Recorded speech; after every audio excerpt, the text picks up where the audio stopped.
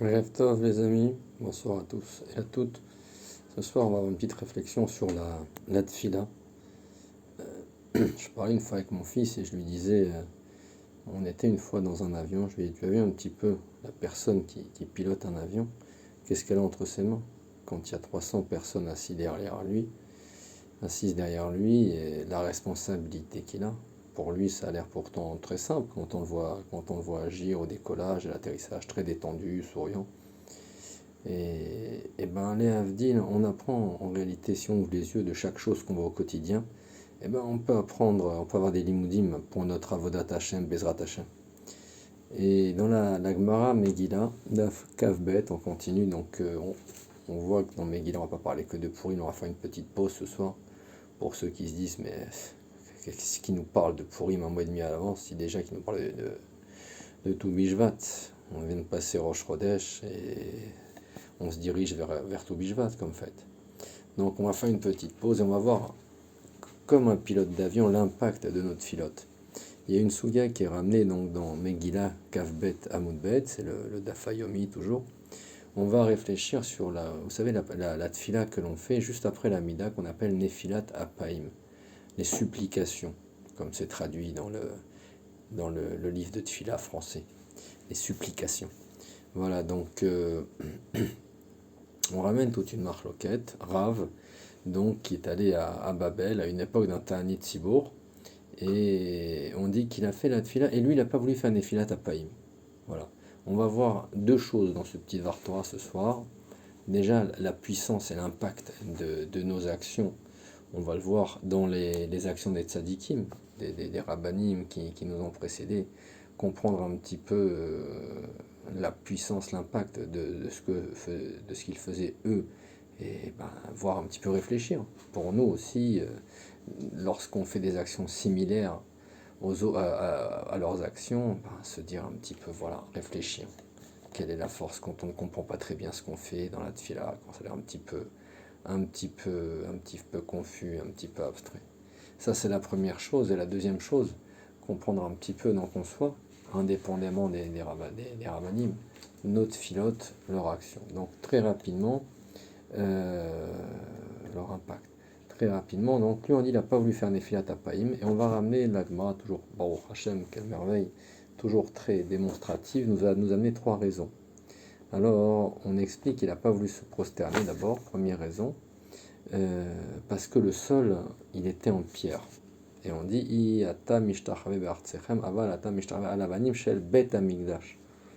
Alors le sol était en pierre du Bet Amikdash, et on n'avait pas le droit de se prosterner sur d'autres pierres que à l'intérieur du Bet Amikdash. On sait que nos cousins lointains ont la pierre de leur mosquée devant laquelle ils se prosternent. Et donc, ça serait peut-être si on se prosternait sur des pierres en dehors du Bet Amikdash, peut-être une forme d'avodazara. Donc ça, c'était la première explication qui a. Mais il n'a pas voulu se prosterner devant des pierres. Et donc, parce que la Mano dit, Amarula, lo asra Torah, la ritzpa, chez la vanim, bilvad. Maintenant, si c'est de la terre battue, alors peut-être on pourrait. Alors on dit, Afiloklonami, kame des ravou, mais les îles, les gabés, les tirovlin Paul, à la peine, l'obaï, les mitrar, tibora. Donc on dit, même si c'était un sol de terre battue, il n'a pas voulu maintenant se prosterner, et donc il loue influencer un petit peu tout le tsibour.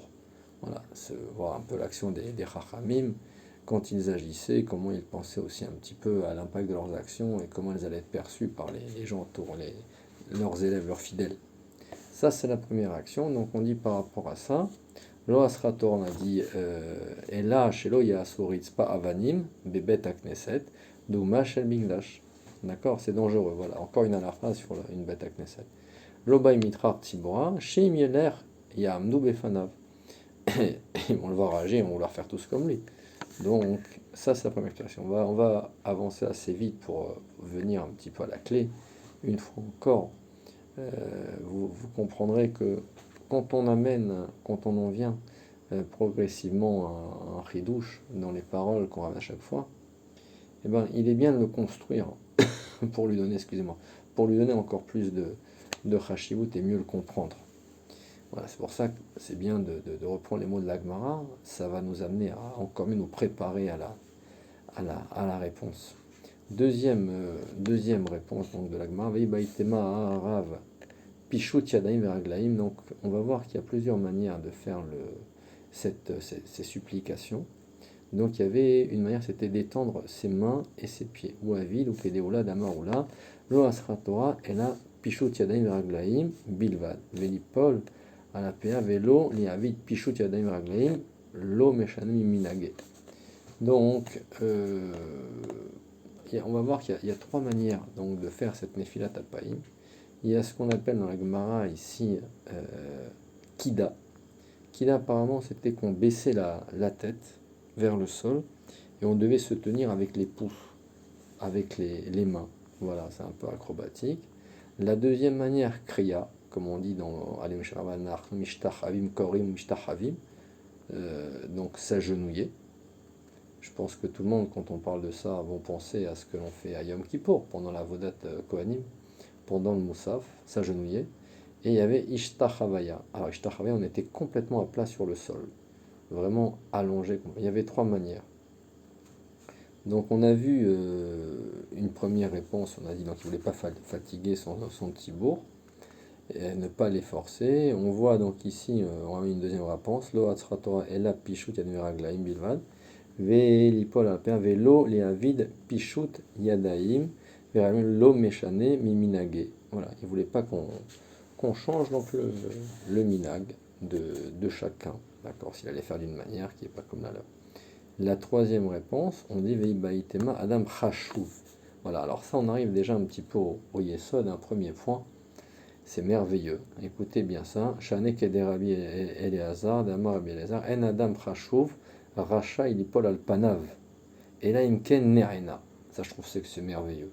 Merveilleux, merveilleux. Franchement, juste, je vous dis ce que dit Rashi. Kelomar, et là, Imken, Batouar, et Marasav, Sheu Nerena Betfilato. Toujours pareil, c'est merveilleux de reprendre les mots de Rashi, de ne rien inventer. Et donc, pourquoi il n'a pas voulu agir devant tout le clan d'Israël, pas devant tout le clan d'Israël, mais devant son tibour. Il a peur de ne pas être exaucé. C'est pas fabuleux, ça, imaginez. Nous, on va faire la tefila tous les matins. Bon, malheureusement, bravo, notez-nous. Des fois, les portables qui sonnent dans la choule, les gens qui, pendant la mida, regardent un petit peu ceux qui rentrent et qui sortent, qui ont un petit peu à se concentrer. Celui, je me rappelle, une fois, j'ai prié chez Rav Ramo, Zecher Tzadik, avec Kadosh Livracha, un grand homme. J'ai eu la chance, grâce à l'oncle de ma femme, de passer Kippour dans sa Keila. Et je me rappellerai toujours quelque chose de fabuleux. On était à Kippour, donc, et il avait dit, voilà, je vous demande plusieurs choses. C'était quelqu'un d'exceptionnel. Baki, Bekol à Torah Kula, Bekol à chasse.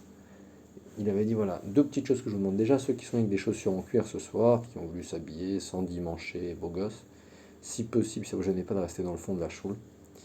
Pour ceux qui respectent cette halakha de ne pas mettre des chaussures en cuir à Kippour, qui ne vous voient pas forcément défiler et ne pas comprendre comment certains le font, d'autres pas.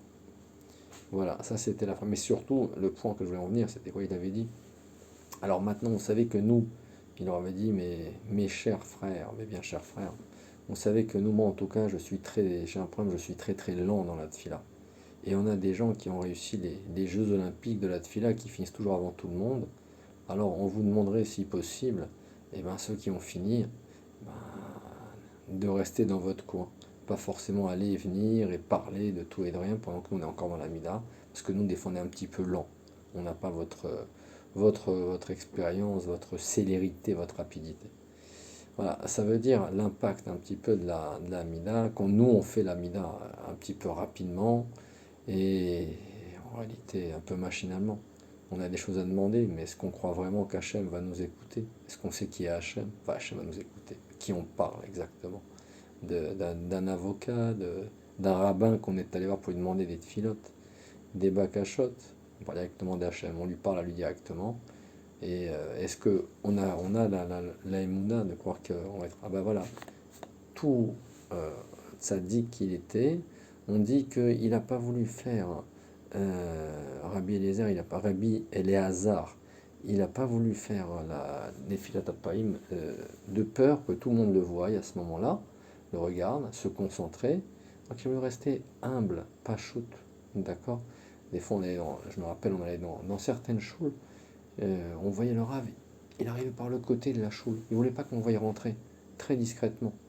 Je me rappelle quand je suis allé, j'ai raconté à mon épouse, quand je suis allé demander une fila il y a quelque temps à Rabbi David Abou-Hatzira, on l'a vu arriver dans la rue, longer les murs, avec un imperméable, la tête baissée, marcher avec un pas assez rapide, très très discret. On l'a à peine vu passer. Donc là, le Rav Elazar, c'est un petit peu là le problème qui s'est posé. Il s'est dit maintenant, si jamais j'arrive un petit peu, si je fais la tefila avec un petit peu trop, Chas Shalom, Yuara, on pourrait dire, c'est-à-dire, il a eu peur de se faire remarquer, et il a dit, ben voilà, les gens m'apprécient, après ma tefila n'est pas écoutée, Chilul Hashem Gadol. Moi, j'ai pas d'inquiétude, si je sais où je demande quelque chose, ça ne se fait pas, je sais qu'Hachem, si ça ne s'accomplit pas, je sais qu'Hachem, il a ses bonnotes.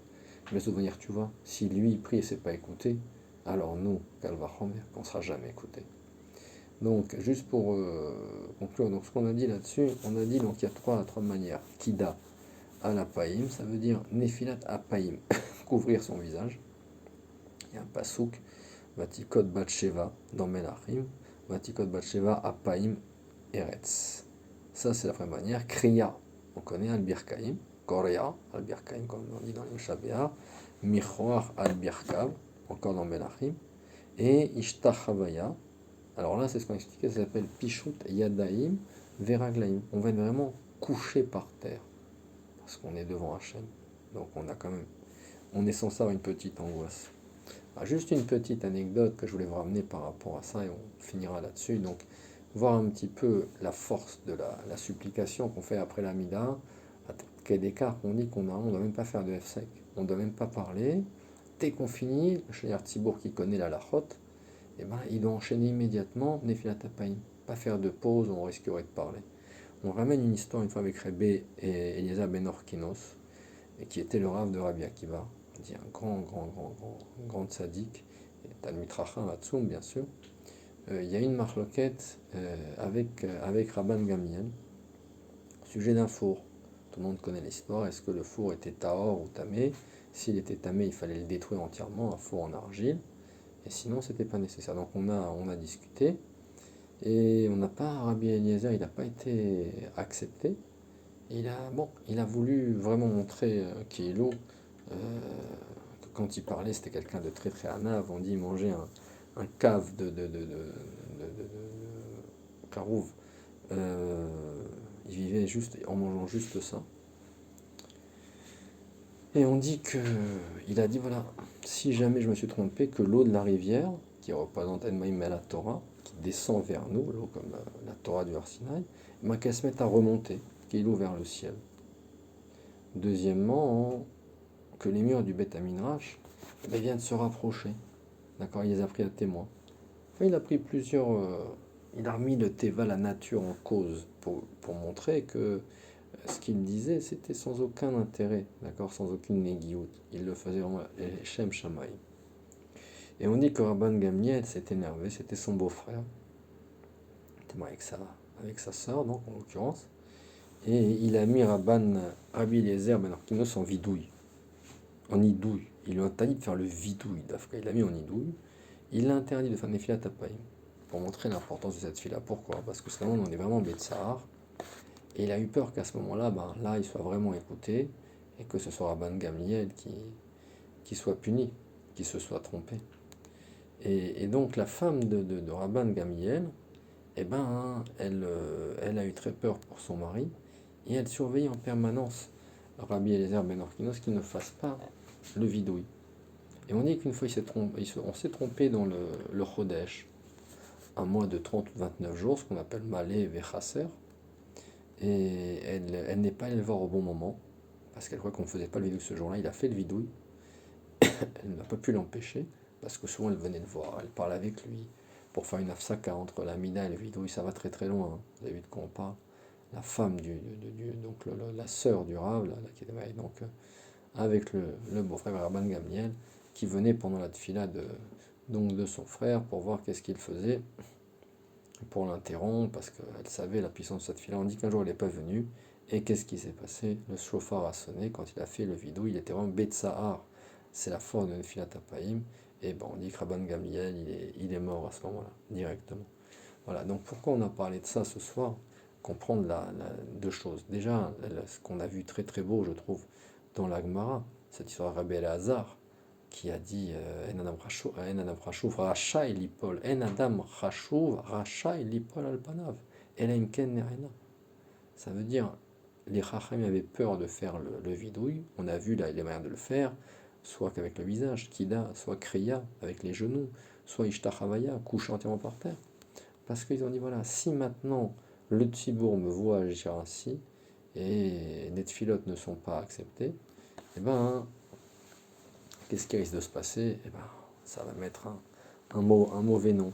Et à ce sujet, on ramène après dans la Gemara, on parle de Lévi, qui faisait donc Kida, on dit juste après, voilà, Achicha, Lecha, Artsa. Lévi, Arve, Kida, Kame, Rabbi. D'accord? Veitla, Vea, Kagarmale. Et on dit qu'il est devenu boiteux. Alors, et on se pose la question, pourquoi il est devenu boiteux? Eh bien, on dit parce que c'est quand il s'est prosterné, quand il a fait la Kida, et c'est ça qui a rêvé en Noetz Godlav, Ve Nishatz Aliem, Veshoche Adche, Adche Noshek et Tarit, jusqu'à ce qu'il a embrassé le parterre, Vezokef, au Mitor, Sheno Yachol, Ishaen, Al Godlav, il n'est pas, il va tenir sur ses doigts. Venyada Mesaito, ils n'ont pas essayé de Veskifato, Vetsari, il est à Metz Bemotnav, il se tenait, donc il s'est forcé donc avec son poids, Bemotnav, au Mitorkar, Nitzla, Bemofka, Ve, et donc on dit il est resté après donc boiteux de ça. Alors on dit c'est bizarre, il a voulu faire une mitzvah et ça l'a rendu boiteux. Voilà, tout de suite les chachamim ils laissent pas passer un truc pareil et ils disent non, en réalité tenez-vous bien. On a vu qu'on est chachamim, ce qu'on a dit avant, ils avaient peur de ne pas être exaucés. Tenez-vous bien, qu'est-ce qu'on dit?